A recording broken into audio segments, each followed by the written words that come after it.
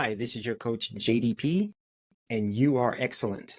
You are excellent is all about bringing coaching and mentoring to underestimated people from under-resourced zip codes so they can find entry, acceptance, belonging, success, growth, and permanence in the careers that they're choosing.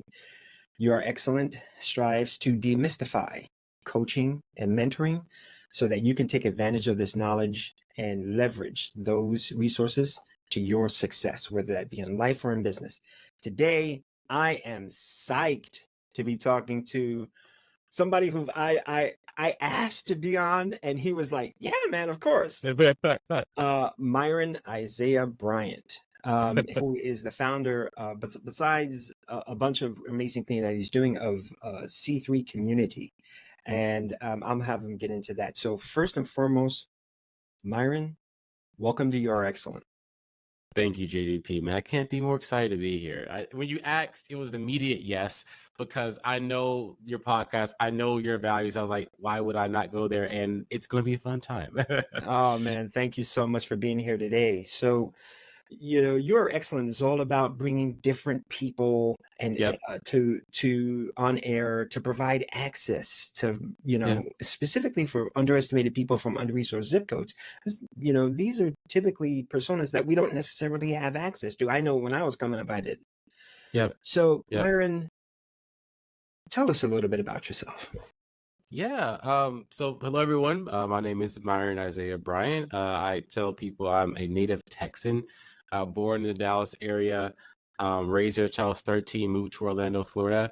Go Knights, graduated college, and then moved up to Atlanta for the past 7.5 years now, working in tech. And been a bunch of different roles across tech, from BDR, entry sales, right, in tech to AE. Spent some time in success, post sales, solution engineering.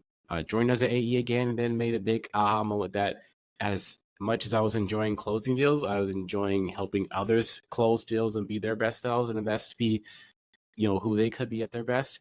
And that's why I transitioned into a leadership position there. So that's been my journey at a high level. I'm engaged. I have a fiance, Renee. We have two fur kids, Boba and Bear, that we adore. And I'm just a regular human that enjoys learning, helping others, and getting better. So Awesome. And see, we here at You Are Excellent. Whenever I hear people throw out acronyms, I have to stop and say, "What's that?" So you threw out BDR, SE, and a couple of others. So tell us a little bit about those roles specifically, yeah, and what does that even mean? yeah, good questions there. So BDR, that means someone who's typically inside sales, meaning you're not in control or responsible with closing a sale. Your responsibility is sourcing people interested in evaluating, typically a technology, tech industry, software. So that's BDR. It's an entry level inside sales role. There's also SDR, which can be synonymous or different, right? Sales development role, BDR, business development role. Solutions engineer is SE. It's one of the best roles in tech, one of the most hidden roles in tech that does so much. Such a fun role. But they help out the sales process from a technical Mm, standpoint in demo and storytelling. Lastly, success manager, SM, someone who makes sure the customer who actually purchases something gets value from that purchase and understands the path to get more and more value when you're on a platform.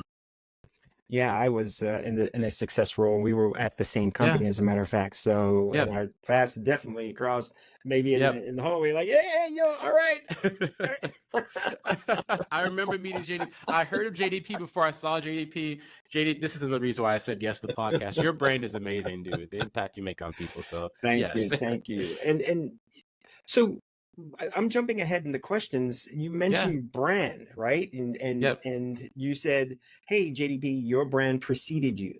How Yep. important is building one's personal brand? It is so important. And I focus a lot on words, right? So brand to me when I joined corporate was something I hated. Like, I hated that word. It's like, what does that mean? People keep talking about it. It's like no one knows what that means. How I process that, and I tell people, it's making sure when you're not in the room that people telling the stories about you that you will want to be told about yourself. Right. People are going to be telling a story about JDP. People are going to be telling a story about Myron. People are going to be telling about the story of insert the listener's name now. right? But you want that to be the story you would tell about yourself and highlight all the excellent things that you're doing, not the things you're not doing, not anything that you're not involved with, right? You want a very clear perspective of what you're known for. So that's your brand. I think kids growing up now, day to day, get that to some degree with social media, right? All these different ways to increase your brand online. But you want to be really intentional with it. You want to make sure that ultimately, when you're not there to tell your story, people know what to talk about when it comes to JDP or Myron or the listener is.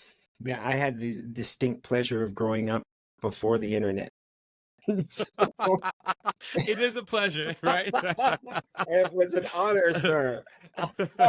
So a lot of dumb stuff I did in my youth, just simply, unless they're scanning those photos in, ain't there. So building a brand is important, right? Because that Yeah, tells, like you just said, that tells the story of you. It precedes you when you're not in the yeah, room, right? And yeah, when you leave the room, it lingers, yeah, right? yeah, Yeah. So building a brand is important, but getting to that point, getting to understand what that even means, we have to have a journey, and we all make mistakes. yeah, Um, and so one of the things that we focus here at URXcellent is trying to provide knowledge and yeah. resources so that folks can minimize those mistakes. So as I say, I have a lot of lumps on my head. Half of them were put there by my mom. The other half were put there by my career. And I got a lumpy ass head. So how important would you say, in your estimation, is, and let's just talk about mentorship for now. Yeah. Mentorship is incredibly important, right? One of the episodes of my podcast, if I could tell the story, was with one of my mentors, Michael Felix. I met him at UCF in NESB, National Society of Black Engineers. I graduated with engineering degree, went to sales, whole other conversation for another day where we can talk about later in the podcast if we All want right, to. hold on. So UCF acronym. University of Central Florida, I do. in Orlando. Yep. So Mike, one of my mentors, told a great story about he never would have even went to college if it wasn't for someone that more or less pulled his coattail. Right? I'm butchering his story by telling this, but ultimately he took a friend of his who was, playing basketball, got onto the UCF team to have a tryout for the UCF team. He just was the driver. He was the person in the car, with the car in high school. And luckily, while he was there at University of Central Florida for his friend to try out, someone came up to him and asked about, being an engineer. And he made the joke that he responded like, "I don't want to drive trains." That's what he thought engineering was at the time. And ultimately, the older, gentleman of color laughed and said, "Get over here." So he took him under his coattail, showed him that there was a bunch of different things under this engineering umbrella, and created a path for him to go to University of Central Florida, which is something he never was really even thinking about to begin with. I tell that story in a very pointed way to say that that's what mentorship is in many ways, right? There's so many things, as you just mentioned, that we can learn that we don't know. And sometimes those lessons could be painful. We get lumps on our head for them. We want someone there that can, one, help us avoid those lumps if at all possible. And then two, when we are in the process of some uncomfortableness and potentially going to be getting a lump, you can say, "Hey, like, this is what I'm experiencing. How have you handled this? How have people around you handled this? Can you connect me with someone that can help me, even if you're not an expert in this and that person's always in your corner?" So that's a very pointed, story on that. But that experience of needing someone that can help you span your horizons and be in your corner never goes away, whether you're in high school, whether you're in college, fresh out of college, my age, your age. You're always needing someone in your corner, and that's what a mentor provides. So you mentioned your mentor. Yeah. What was the impact that your mentor had on you? Because again, you said you went to University of Central Florida, and then you just kind of breeze by it. Oh yeah, I was an engineering student, and yeah, I have an engineering story. And I'm like, wait a minute, you were an engineering student. Awesome. Talk to us about that and mentorship, and how did all that come about? It's such a thing, man. It's I mentioned that the C3 podcast on C3 Community is just as much having conversations. I think we were talking about before we press record. The conversations we want to have, as it is many other things. And one of those things is bringing on my mentors, which I would even include you as GDP, and you're going to be doing episodes soon, but bring out my mentors to just showcase some of the things that they've taught me. So I'm just saying that to say that Mike is just one of many. I stand here to say, like, I am blessed to have the many mentors I have and have currently, and I would not be where I'm at today without having that mentorship. I'm not here because Myron Isaiah has been great. I've stood on the shoulder of many of great people who have frankly drugged me and I've learned from, and Kicking I've and saved screaming. kicking and screaming. I've learned from their lumps, just as you talked about JDP, and I've picked up my own lumps along the way and now giving that back, right? So there's been so many mentors in college. You know, Mike was one of my critical mentors, Mike Felix, because he was again another Black engineer. And the cool thing about him is that he, similar to myself, graduated and didn't go to engineering. He actually went into tech. He actually went into consulting. He actually went into sales. So one of the books he mentioned to me when I was in that process of, hey, I can design these things and really do it well, but I don't know the impact. That's what I search for in life is impact. Why am I doing this? Who benefits? What's it look like beyond just a screen in the internet world today? He's like, you might want to go into sales. Read a book called To Sell is Human by Daniel Pink. Book changed my life. Everyone sells. I could talk about that for episodes and episodes. Another reason why we have the podcast. I've had many other mentors professionally since then, but that was just one with Mike Felix that I saw someone who looked like me, that was on a similar path, that took a turn that people traditionally don't take, right? That could educate me on what that path looked forward. And even to this day, I still learn just a ton from him. No, that's awesome. So, Myron, we talk about our mentors. Is there one specific instance? Because I can relate Yeah. a story as well, but this is about you, not me. So that actually kind of nudged the trajectory of your career. Do Yeah. you have that one person, that one instance where you can reflect back on and go, yeah, I see where that turn happened for me? I think there's two. The one I just mentioned, right, was with Michael Felix in educating me on what that I could still be in sales and that sales wasn't this, derogatory, bad myth that gets so much attached with the field. It's a beautiful field and so connected to the human experience. That was one, right? So I talked about that. And then I think even when I transitioned out of sales, because at the time, I'll talk about it. I was, again, a BDR business development rep. I was a small business account executive. And at the time, a lot of people would do the whole boomerang thing at the organization we worked at, where you get the title of GRB or general business there, right? And then to quit to the biggest enterprise strategic accounts, you want to skip all these segments. So you leave the organization, go to a startup, come back, get the title. And I saw so many people do that. And many times it wouldn't work out because they wouldn't learn the strategic selling needed for a platform of the organization we work for. It's like, I really want to be able to learn that, right? And I was leaning at the time as an account executive AE in small business towards solution engineering. But I actually started in success because of a mentor. My very first episode, David Brown, great success manager, success director in the ecosystem of tech, was someone I saw that I wanted to learn from, and that it was an amazing advocate for me within the success community at that organization there. So that was a very clear, again, direction where I was even leaning one way and like, I want to go this way. I kind of want to stay closer to the sales and solution engineering role. But I realized that I was going to learn so much more by working with someone that was a mentor, David Brown, and going on the success side. It's so interesting how mentors can sort of, besides seeing things in us that we don't necessarily ourselves, Yeah. let's put that aside for a second, Yep. how they can sort of influence us just by force of who they are and the knowledge that they possess, and how inspirational they are to us, that we look at them and go, not only do I see myself, Yep. but what this person is doing, they are on their A game here. Absolutely. And I want to do that. I want to be like, I want to be like Mike. Yep. They make you want to play the game, don't they? Hey, give me the shoes. Let me do the jump shot. Let me have my my tongue hang out. Like, you emulate it. Yeah. I mean, and so they have a knowledge that they Yeah. can impart upon us. Yep. And that's more of a tactical nature. But I want to change gears here. I was going to say gears, New Yorker. Let's change gears over here. Let's talk a little bit about coaching, because now coaching is a little Yeah. bit different. Coaching is a little bit more strategic, and coaching is more of a mental game. Yep. Have you had any coaches or a coach or coaches Yeah. in your career? I definitely have. And Coach David Brown. To this day, I call Coach David Brown, just Coach Dave, right? Because he's been a coach for me beyond just a mentor as well. I've worked in sales training with Ian Cognac. He's very big on LinkedIn and on social media, and was very impactful and successful with the organization we worked with in tech. Um, what I anchor on with the coaching aspect, and there's so much I got for them.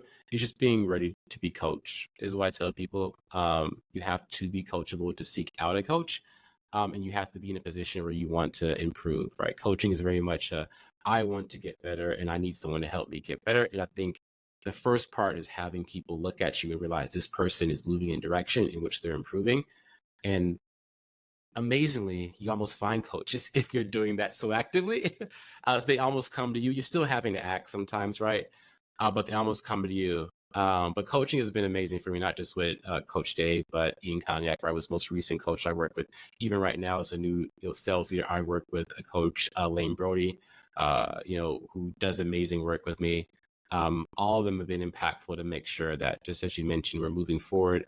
I'm held accountable between meetings, right? So that's the rub of it, right? Coaching isn't just them telling you something. There's an expectation. I'm going to show up in X amount of time, and you're going to give me feedback on what we talked about last time. Is it working? Is it not? What are you struggling with? It's not just a meeting to talk, which And can maybe be mentorship. Coaching is we want you to get better, and there's expectations and actions to get better. And if you're ready for that, it can be an amazing, amazing experience for you. yeah, coaches are great accountability partners. Yep. And they are the people in your corner. If again, you have to be open to it. You got to be Yep. ready. You got to be willing to put in the work.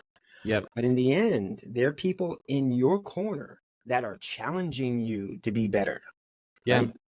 Yep. And that is an unusual experience and new for a lot of folks because Yeah. the reaction might be not good. What you talking about? I'm not, man, and I might take it the wrong way, but that's not Yep. the intention. So you have to be ready to be coached, Yep. you Yep. know? There's feedback that coaches give you that you don't want.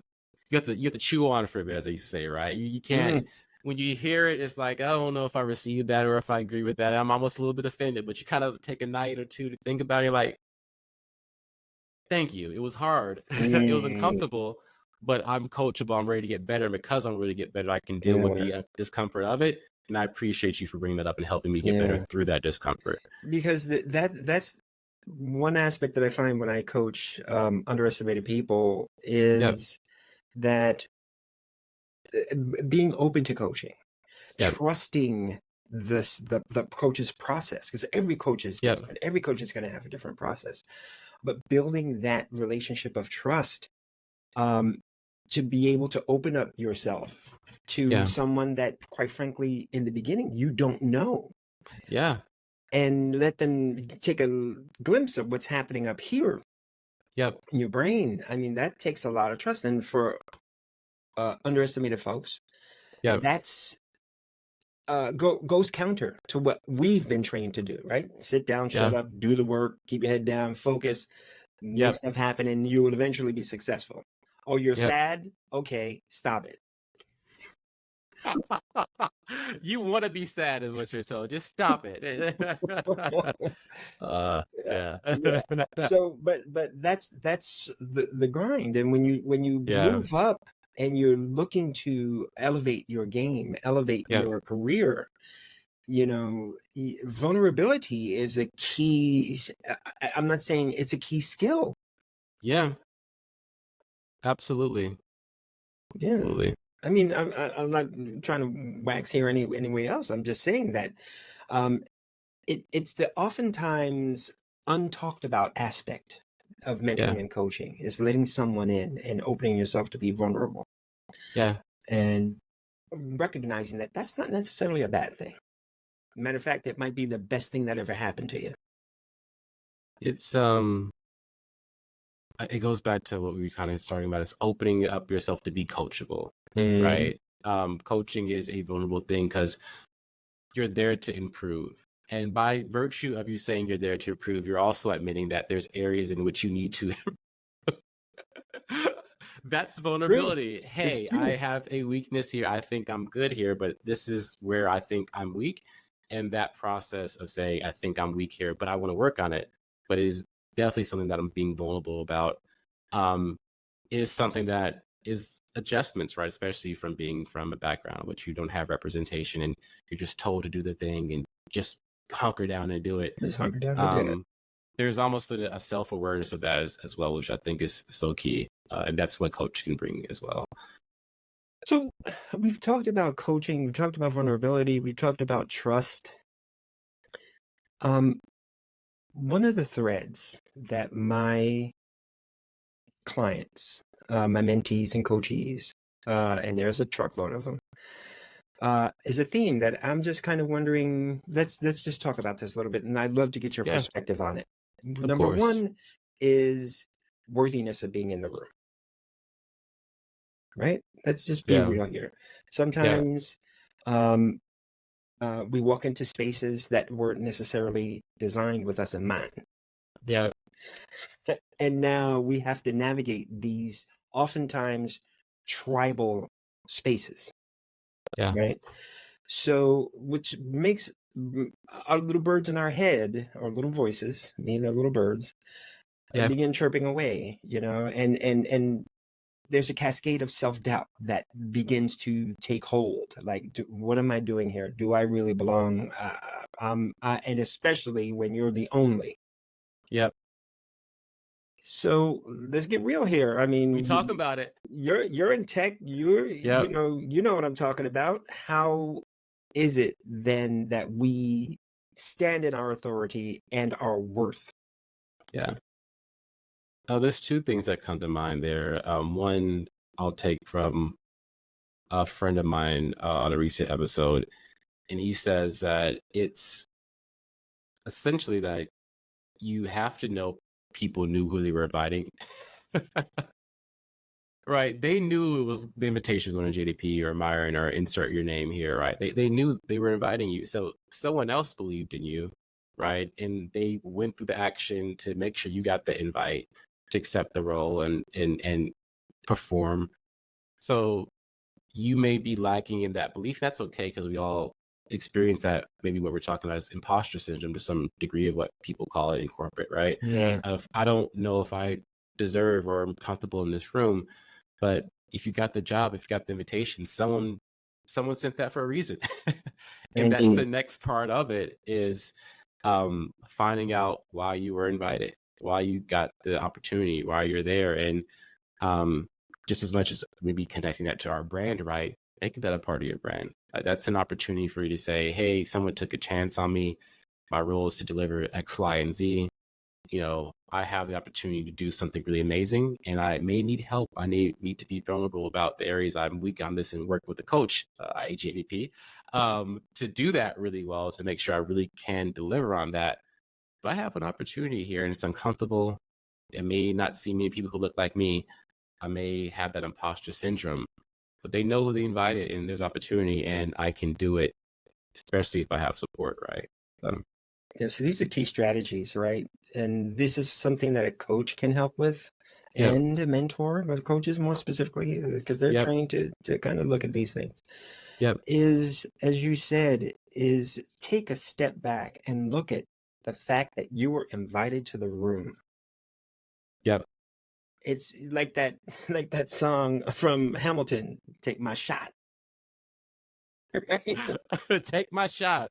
Take my shot. So you're in the room where it happened. Oh, don't! Oh Yep. no! Stop me, please. I'm not Hamilton Road now.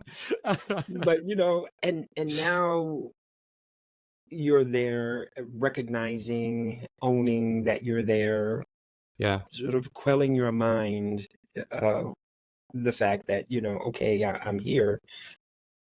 The next step is finding your voice. Oh, right, you're in the room, Yep. but there's this phrase in Spanish that a friend recently, Hadi Mendez, I don't know if you know Hadi or not, but Hadi Mendez said, and there's a saying that says in Spanish, "Más calladita te ves más bonita." The more quiet you are, the prettier you look.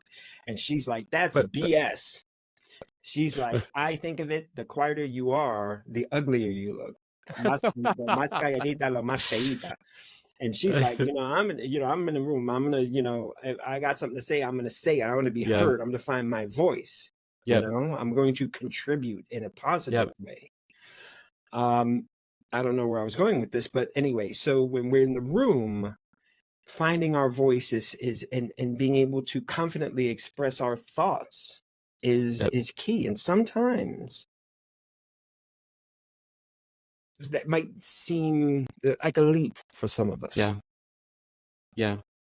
No, I think in the finding your voice aspect, right? Like in some areas it could go to culture, right? There's a lot of things to talk about that, but there's many times the expectation, right? If you're in the room, you're contributing, right? Right. And frankly, if you have a positive culture, that should be the expectation. Like no one should be invited to a meeting that they don't have any impact on. If not, why you invite to me? There's a lot of things you could be doing right now. You're here, right? You've been invited. We value your perspective. We took the time to invite you, hire you, whatever. We don't want to know what you say. And it's even so much more important, as we talked about, people who are underrepresented, Mm. right? That you have that voice. And this is goes to something, yeah. Our voice is important, right? Because not many people who may look like us, right? And we may be not just fighting for ourselves, but for others that look like us. And that's a weight we can carry, right? Mm. You don't have to carry that weight that we have to be perfect. But if there's a chance to speak for people who look like you and you're the only one that looks like you in that room, I'd say you should definitely be finding your voice in those opportunities and ability to actually make that impact. Yeah, absolutely. Ooh, man, I didn't realize we were gonna get so deep, but here we go. Hey, this is what I'm here for. I love it. All right, here we go. So me, I am the product of a biracial marriage, right? My Yeah. father is African American by way of Curacao. My mother's a straight up fair-skinned Puerto Rican woman, and bam, here I am. And one of the things that they both had, right, being from different cultures, different experience, Yeah. is the shared values, right? Yeah. And my mother she had values embodied in her chancleta, in that slipper. She didn't play. She's like, "Oh, you acted up? Come here, let me lay some values on you." Bam! That's how you got those lumps, John. You That's just how I told. got the lump. But when we look at our values, Yeah. we find that they are driving how we make decisions. And so, how important is it for someone, especially carrying on in that room, to know your values? Because basically, what I'm asking is, how important is it to know who you are? Man, it's we got deep before we're going to get deeper again. It is the most important thing, not in business, but of life. And the reason I say that, especially now, and it's going to get more and more important, is there's so much noise, right? For kids growing up with the internet, in business today, there's so many things that you could focus on. And the hard part is they may all be good. I remember going maybe another mentor, at least coaching experience in college. Dr. Robert Hoekstra gave us a list of 30, 40 values. He said, take a look at that list, cut it in half, get it to, let's say 20 if there's 40. All right, cool. Take that 20 down to 10. These are all great things. This is getting hard. Take that 10 down to 5. Take that 5 down to 3. It was the hardest thing to do, but that showed a couple of things.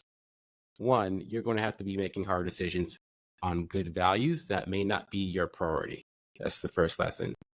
The second one is exactly what you mentioned in terms of what you focus on and what people even associate your brand towards is when you know your values, you know what to say yes to and what to say no to. Right. And that's important because in all these priorities we're getting, there's always something to do, always something to focus on. Someone says, this is important, this is important. That value is like map is ultimately a filter for you, such that when you do have to make these decisions as a business, as an adult, as a person, I care about these 3 to 5 things. And if something aligns with these things, I put it through that filter, that's a yes. And anything that I put that filter and those values, that doesn't align with my values. And I appreciate it. I recognize it's good, but these are my values and how I'm able to be most impactful there. So in business and in life, it's easy, frankly, the most important thing for you to be clear of, and you start to be the exercise for other people to be clear of about you. Yeah, and it does help us in our decision-making process, right? Because when you know your values, you know what is important. And you mentioned something key in that exercise. I've done that exercise, as a matter of Yeah, fact, right? it's 40, hard. It's 20 days. it's a Dude, hard it's hard. exercise. Yeah. And then I heard the guy next to me, yeah, so my dog, my car, damn. But then it's like, okay, now prioritize your values. Oh no, then it became family, friends, community. I was like, okay, that better. So, you know, but it's so important because it informs our decision-making process, you Yeah. know? And I think that when we think of it in those terms, we begin to have aha moments or breakthroughs, right? Yep. Because now we're understanding why it is that I decided to go down path A rather than path B. Yep. Why I chose, X over Z. Yep. And being okay with those choices. Yeah. You made those decisions because you cared about that specific thing. I think also you talked about the self-awareness of this, right? This is why I made these decisions. These are the choices I made, and ownership of those things. There's a self-awareness in that value of decisions, of what I maybe even quantify as investments, right? Especially in the world of coaching. If you say your values are your dog and your car, and maybe you haven't gotten your oil change or your car washed, and your dog has, been groomed anytime recently the past couple of years, I may challenge you. Do you really value it if you're not putting time and resources and investment towards it? Is that really important? And that's okay if you do or not. Let's be Mhm. clear on what the value is, that way we're not fooling ourselves, that we can exercise the values we do care about. Yeah. So as we go along, and again, this is a whole. If you're, I'm mapping out the journey for you. It's what we do here. You're excellent. And they're no hard. All the questions seem easy, but they ain't. And now I'm going to take you down another level. These are the best questions. I love it. You've heard of the term, I am rudderless. I know I'm going somewhere. I Yeah. just don't know where. I'm adrift. Yeah. Yeah. I hear that a lot. One thing that comes out of the conversations that I do have along those lines is goal setting. How important is goal setting? Once you have your values, the next best thing is a goal setting, right? Like, where do you want to go? Where are you at now? Where do you want to go? And when do you want to get there? Um, I talked about the investment of time and money and resources, right, towards your values. Goal setting is effectively a measurement of that time, of where you want to go. If you say you value your dog and that's a goal for you to spend more time with your dog, okay, let's map out the next 2 weeks and figure out what you want to do with your dog. Just as a very high level example, but how can you improve? How can you actually measure that improvement if you don't have a goal? And how can you make sure you're aligned with your values if you don't have? Once you get your values, goals are the next thing that you have to focus on, right? So you said something really interesting, and I catch a little tidbits here and there. Yes, I Yeah. am listening. So you said you take a day or two. Yeah. How does Myron map his North Star? How do you set your goal and your strategy? And how often a year do you actually take time to step back and sort of look at it? Some folks that I've Yeah. talked to are like, you know what? that first week in the new year, it's dead. I take that time, and other people are like, "Oh man, I have a QBR, a quarterly business review." Okay, Yep. Yep. let's be clear. Every 3 months is I'm looking at where I was, where I am, where I'm going, and the frequency varies in between there. How about Yeah. you? How do Yeah. you plan and set your goals? Yeah. I'd say it depends on the area of life, right? QBR's quarterly business reviews as a business is the best practice as a minimum, right? I say that. Understanding where your business is at on a quarterly basis every 3 months, right? Like that's important. Um, Frankly, if you're in sales, you're probably forecasting or looking at your business weekly, if not daily, if you're really good at it and want to be the best. So it's a daily practice, and I relate that to maybe more so the self-awareness conversation of if it's something you really value, why would you not spend every day thinking about it? That doesn't mean you spend all day thinking about it, Mm. but journaling is a great practice, right? For coaching, self-development, improvement, right? So where are you at today towards your goal and being thoughtful about that, hopefully beginning of the day where you have your energy and so much time to invest in this thing. Um, that's when I'm at my best, if I'm really being honest, not on QBRs, but looking at the beginning of the day, looking at what I want to accomplish, whether that be a long-term or short-term goal, and saying, this is the thing I can do today, hopefully get to this next goal of this week or this quarter or this year. But it's just as much a daily practice as it is that quarterly or yearly practice. So do you have then sort of like a goal time you set aside for goals, and the sort of the bifurcation of business and personal, Yeah. or do they meld? What is that? What is that for you? For me, first thing in the morning, I try to, wake up, meditate, journal, think about what I want to accomplish personally for that day. And a lot of times, let's be honest, business kind of creeps on in there, right? You kind of know the calls you had yesterday and what you need to accomplish for your team. Like it just kind of goes through, but you try to be intentional with it personally for yourself, your family, your health goals, whatever it's important to you to do that. I tell a lot of people that I mentor that the first hour of the day for business is the most important hour of the day. Mm. Once you start checking emails and doing all these different things, you're reactive and you're just trying to like keep up, keep up, keep up, keep up. And once it's lunchtime and you may have time for lunch, you may not, or it's the afternoon and the day's gone. And you ask yourself, did I do anything towards those values, those goals I promised myself I cared about? So that first hour, block it. And that's how I typically start my days. First hour of the day is for Myron to do what Myron wants to do towards my goals, specifically in business, and making sure I can do that consistently and be impactful with that. It's the power of habit. As a matter of fact, Yeah. you talked about your favorite book. My favorite book is The 7 Habits of Highly Effective People by Stephen Covey. Yes. And rule number 1 is be proactive. Yep. Change my life. Yep. Change my life. It's like, don't wait, just do it. You think of it, do it. Yep. And you'll be amazed at how much stuff you get done just by being proactive. So when we shift the paradigm, because we're typically trained to be reactive, Yeah. right? Yeah. We are. And now it's when you shift the pendulum to proactive, it goes from having things happen to making things happen. Mm-hmm. So it's very powerful. And so if for my viewers out there, if you get to read Stephen Covey's 7 Habits of Highly Effective People, I highly recommend it.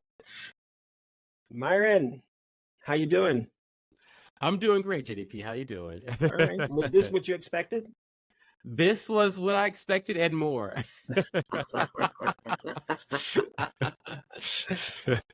Well, I want to just say thank you so much for being here. You've been a delight. I've asked you a number of different questions, but I have formulated a questionnaire that allows us to probe deeper into who Myron really is.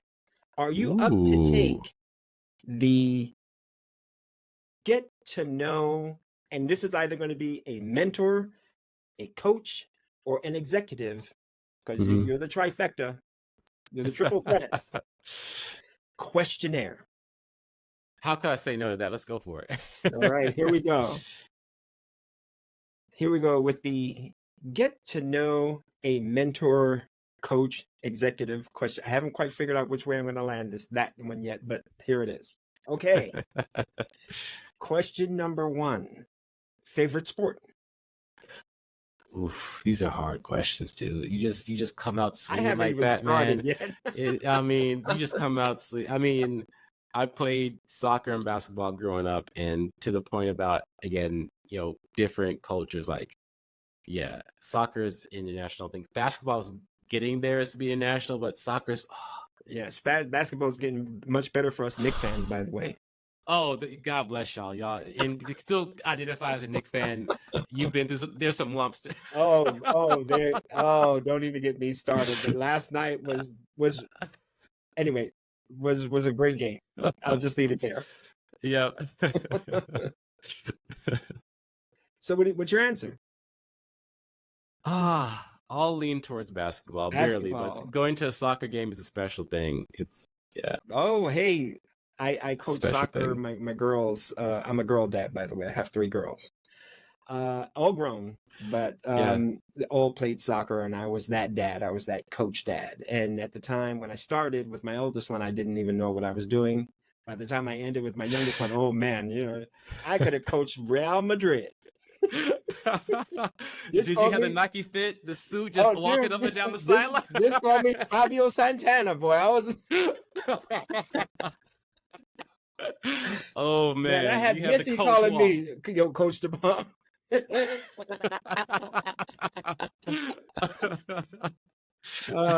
Good times. All right. So here's the next question. And this one has actually expanded a little bit. Yep. Cats, dogs, or reptiles? Dog's easy. Next question. You should have started with that one. Do you have a dog? I have 2 dogs, Bulba and Bear. They are both 5 years old. Bulba turning 6 later on next week, actually. Hound mix, both rescues. Bulba hound mix. Bear is a lab mix. Boba can we assume his last name is Fett? Boba Fett, Boba Tea. We're big Star Wars fans. My partner's Filipino, so ages we love Boba Tea. So yeah, they Fett Tea. She's definitely Boba-ish. She's a little crazy, so yeah, it's all good. Okay, yeah, no, we get to the Star Wars podcast another day. All right, next question: mountains or beach/ocean? Mountains easy. Mountains easy. Why? Mountains easy. Oh man. And this is actually shameful. You mentioned your mom Puerto Rican. My mom is Jamaican. My dad is African American black. So beaches are great, man, but I just kind of get bored eventually. Like I'm just sitting there like 2-3 hours. I'm just like laying there. Maybe I need to take up surfing. Maybe that would be a thing, or like fishing.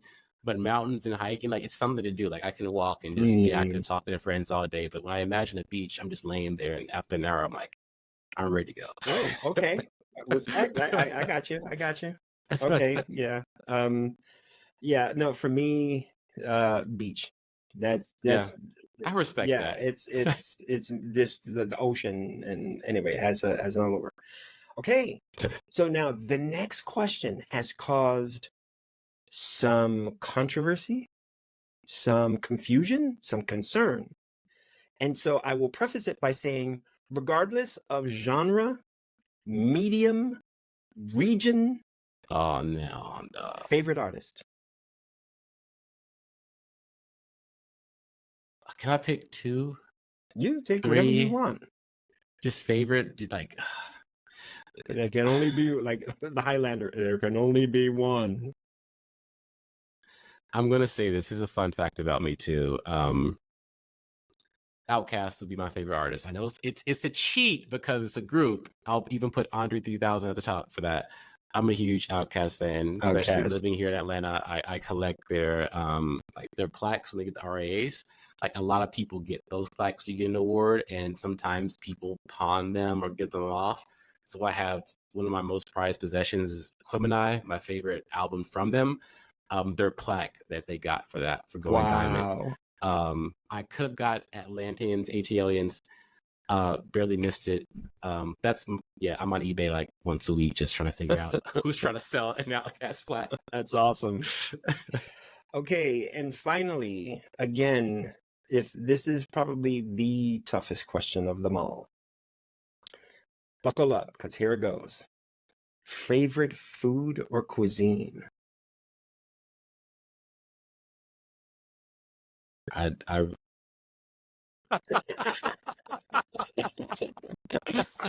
uh Uh, I'll go with Jamaican food. Like okay. mom's food is always the best, but that's not a clear winner. That's just what I'm saying. You got me thinking, man, I could go for roti right now, bro. Some jerk chicken, dude, plantains, dude, so much.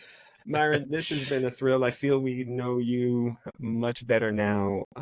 Thank you, thank you, thank you so much for taking the time out of your busy day to sit with Yeah. us today. Before we leave, do you have any parting words for my audience?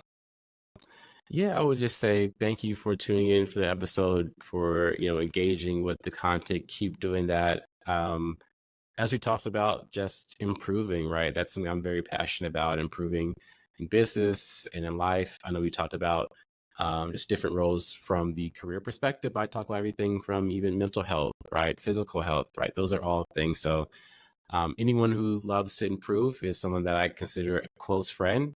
You don't improve by yourself. So that's where working with JDP and being a part of community helps with that. So keep improving, keep doing it together, not by yourself. We won't be our best selves by ourselves. We have to do it together and stay on that path. And once you are on that path and you feel comfortable there, you're a little more comfortable than maybe you feel today. Do what we all have been told to do is once you learn something, give back. So that's all I got to kind Awesome. of share there. Thank you so much, Myron, for being with us. Guys, this is your coach, JDP, and we've been talking to Myron Isaiah Bryant, excellent human being, and it's just been such a delight to be with us today. I will include Myron's contact information and his socials in the description. So please feel free to drop a comment. Let us know whether you like the episode or not. This is your coach, JDP, reminding you that you are excellent. We'll see you next time. Bye.